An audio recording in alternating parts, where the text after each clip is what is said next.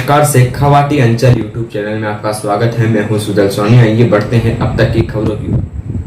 पति की मौत के बाद हारी नहीं ममता, डॉक्टर गोगरा सिंह निठारवाल बने भगवान। 9 महीने किया इलाज, टीम के साथ मिलकर स्वस्थ प्रसव करवाया। जहां लॉकडाउन के चलते आर्थिक परेशानी झेलते हुए कई लोग गलत कदम उठाकर अपने जीवन का अंत कर लेते हैं, मगर एक गरीब विधवा महिला जिसका 8 महीने पहले एक सड़क दुर्घटना में सुहाग उजड़ गया था, मगर दोनों को पता नहीं था कि उस समय ममता भोपा की कोख में नन्ही सी जान ने बसेरा कर लिया है। पति ओम प्रकाश की मौत के बाद इस विकट परिस्थिति के दौरान ममता का स्वास्थ्य बिगड़ गया।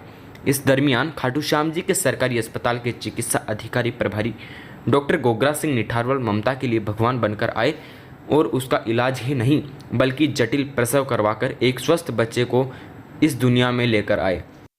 इस सहयोग से ममता की आंखें भर आई और उसने डॉक्टर निठारवाल सहित सभी स्टाफ का आभार जताया। गौरतलब है कि 14 नवंबर को रिंगस रोड पर सड़क दुर्घटना में 8 लोगों की मौत हो गई थी, जिसमें ममता भोपा का पति ओम प्रकाश भी शामिल था। हमारे साथ खाटू श्याम जी से फोन लाइन से जुड़ चुके हैं खाटू श्याम जी सरकारी अस्पताल के चिकित्सा अधिकारी प्रभारी डॉक्टर गोगरा सिंह निठारवाल जी। गोगरा जी, आपका बहुत बहुत स्वागत है हमारे चैनल में। Thank you. पहले ये बताएं कि ममता का पता कैसे चला और इलाज की क्या प्रक्रिया रही। कुछ दिनों पहले खाटू श्याम के पास में एक एक्सीडेंट हुआ था। उसकी वो एक्सीडेंट इतना भयानक था कि उसके एक पल अभी तक भी लोगों के दिलों में आंखों के सामने वो वैसा का वैसा मंजर है जी। जब वो मेरे पास इलाज के लिए आई जी। तो उसकी हालत ही ऐसी थी, मैंने सोचा भाई दवाएं क्यों नहीं ले रहे, क्या है, ऐसी क्या हालत बना रखी है। तो उसके साथ वालों ने बताया कि इसका जो हस्बैंड है वो उस एक्सीडेंट में एक्सपायर हो गए थे, इनको संभालने वाला कोई जगह है नहीं, ये तो हम ऐसे ही चेकअप के लिए लेके आए हैं। तब मेरे को समझ में आया कि इसकी हालत क्या है। फिर जब डिलीवरी से पहले हालात चिंताजनक दिखे तो आपने क्या किया। उसके लिए हमने पहले डिलीवरी के लिए एडमिट किया। एडमिट करते ही हमने सबसे पहले उसका हीमोग्लोबिन करवाया कि वो यहाँ रहने लायक है या नहीं, खून चढ़ाने की जरूरत पड़ेगी या नहीं। उस टाइम उसका हीमोग्लोबिन 8 था कि हम यहाँ रख के एक बार इलाज वो डिलीवरी के लिए प्रयास किया जा सकता है। सुबह जब उसको एडमिट किया हीमोग्लोबिन 8 ग्राम का, लेबर पेन के लिए हमने डायनापोर्ट जेल से इंड्यूस करवाया लेबर। शाम तक लेबर पेन शुरू हो गया था, प्रोग्रेस बहुत स्लो थी। तो हमने सोचा कि इसमें डिले हो रही है डिलीवरी में, तो इसको रेफर करना पड़ेगा। रेफर की बात उनसे करी, साथ वालों ने बोला हमारा कोई साथ में जाने वाला भी नहीं और इसकी ऐसी हालत भी नहीं। तो फिर हमने दोबारा डायनापोर्ट जेल डाली, दोबारा प्रयास किया दर्द बढ़ने के लिए और प्रोग्रेस करने के लिए।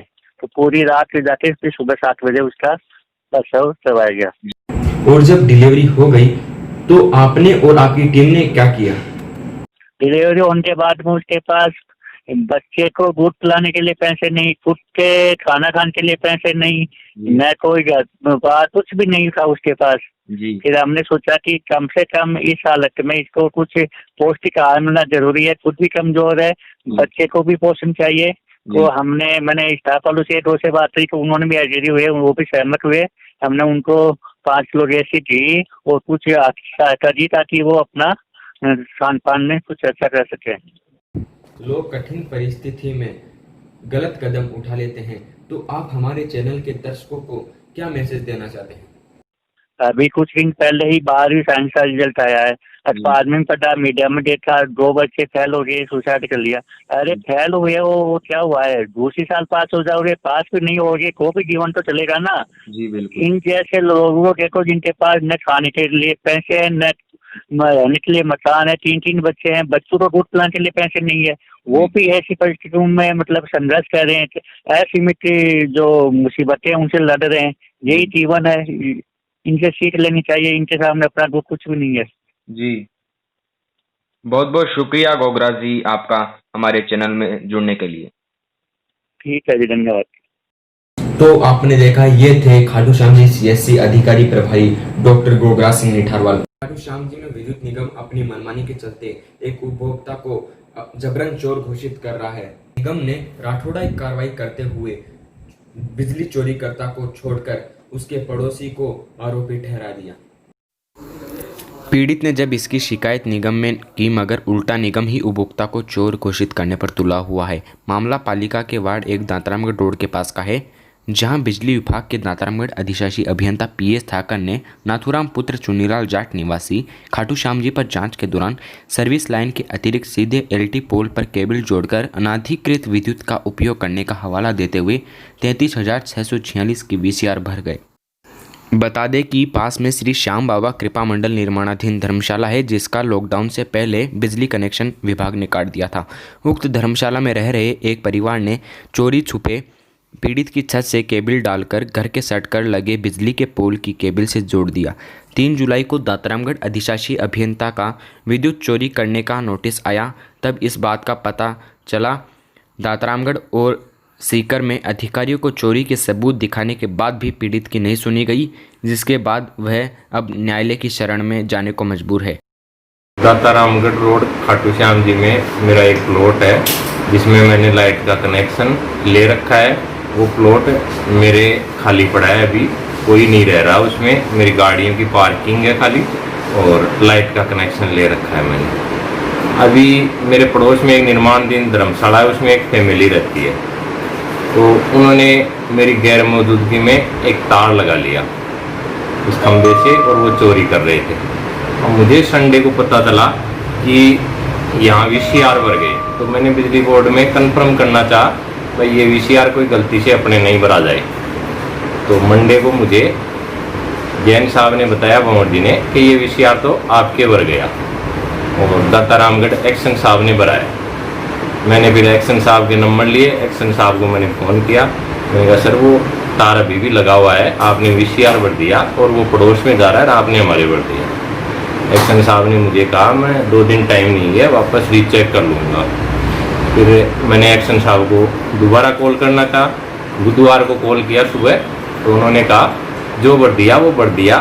मुझे तो 30 साल हो गए वीसीआर भरते हुए, मैं कभी गलत वीसीआर नहीं भरता हूँ।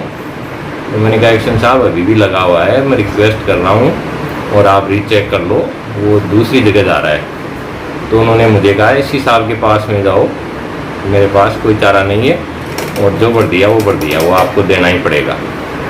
तो फिर मैं एसी साहब के पास में गया, जिसकर एसी साहब के पास में गया, उनको वीडियो दिखाया। तो एसी साहब ने कहा आप तो चोर हो, इसमें मैं कुछ ही नहीं कर सकता, जो आता है वो यही कहता है, मैं चोरी नहीं करता। मैंने कहा साहब मैं क्यों आया आपके पास वीडियो लेके जब मैं चोरी हूँ। मैंने कहा नहीं आप चोरी करते हो, मेरा एक्शन ऐसा नहीं है जो गलत वीसीआर भर दे। उन्होंने रीचेकिंग के लिए बोला तो है, लेकिन अब वो कब करेंगे रीचेकिंग? 2-4-5 दिन में करेंगे, तब तक वो वायर उतर जाएगा। वीसीआर की जो राशि है वो 35,000 के समथिंग है। उन्होंने जो मेरे मकान में जो दर्शाया लोड, वो 5 पंखे दर्शाए हैं, फ्रिज, कूलर, टीवी, जबकि वहाँ मेरे कोई कुछ रहता भी नहीं है, बल्ब भी नहीं लगा हुआ है। एलईडी बल्ब लगे हुए हैं 5-5 वाट के, जो मैं शाम को वहाँ लाइटिंग कर देता हूँ, और कोई वहाँ कुछ भी नहीं लगा हुआ है, कोई रहता भी नहीं है। आज भी वो कभी भी चेक कर सकते हैं मेरे मकान को, उसमें लोड नहीं किया। आपका नाम? महेंद्र सिंह कूड़ी है मेरा नाम। मेरे बड़े भाई साहब के नाम से लाइट का कनेक्शन है, नाथुराम कूड़ी, सनोप श्री चुनीलाल कूड़ी के नाम से। खबरें देखने के लिए जुड़े रहिए हमारे चैनल के